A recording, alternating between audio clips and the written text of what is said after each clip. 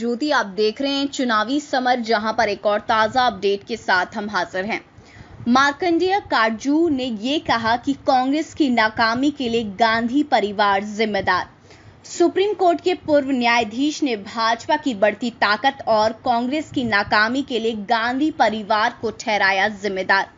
जी हां, supreme court के पूर्व न्यायाधीश मार्कंडेय काटजू ने गांधी परिवार के खिलाफ जोरदार हमला बोला है।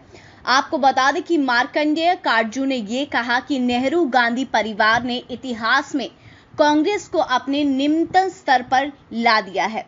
उन्होंने कहा कि महात्मा गांधी और जवाहरलाल नेहरू के नेतृत्व वाली महान पार्टी, जिसने भारत को आजादी की ओर अग्रसर किया था, एक घिनौनी रूप तक सिमट चुकी है।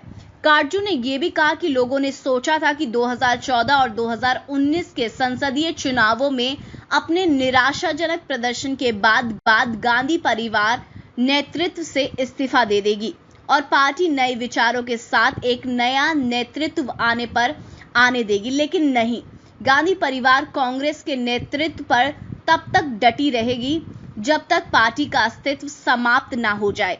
काटजू ने यह भी कहा कि 2019 में कांग्रेस को लोकसभा की कुल 542 सीटों में से सिर्फ और सिर्फ 52 सीटें मिली और कुल वोटों का सिर्फ 19% यानी कि 19.5% वोट मिला। इसके बाद भी गांधी परिवार को एहसास नहीं हुआ कि जनता कांग्रेस में परिवर्तन चाह रही है।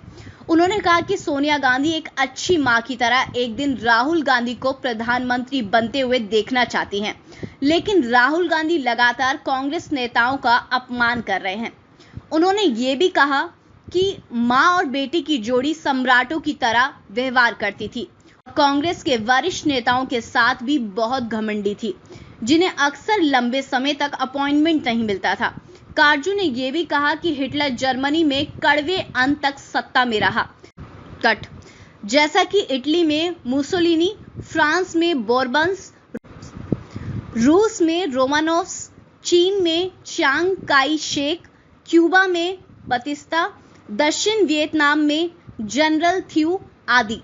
गांधी परिवार भी उन्हीं के नक्शे कदम पर चल रहा है। उन्होंने ये भी कहा कि यदि कांग्रेस पार्टी के पास पुनरुद्धार के लिए कोई इच्छा या फिर कोई मौका है तो उसे किसी तरह से मां बेटे की जोड़ी को बाहर करना चाहिए और राष्ट्र के सामने आने वाली भारी समस्याओं से निपटने के लिए नए विचारों वाले लोगों के एक नए नेतृत्व का निर्माण करना होगा, अन्यथा पार्टी का भविष्य अंधकारमय होगा। उन्होंने इशारों में यह भी कहा कि बिना कांग्रेस की मजबूती के देश भाजपा का सफाया भी मुश्किल है। इस तरह मार्कंडेय काटजू ने कांग्रेस की नाकामी और भाजपा की तानाशाही के लिए एक तरह से गांधी परिवार को जिम्मेदार ठहराया।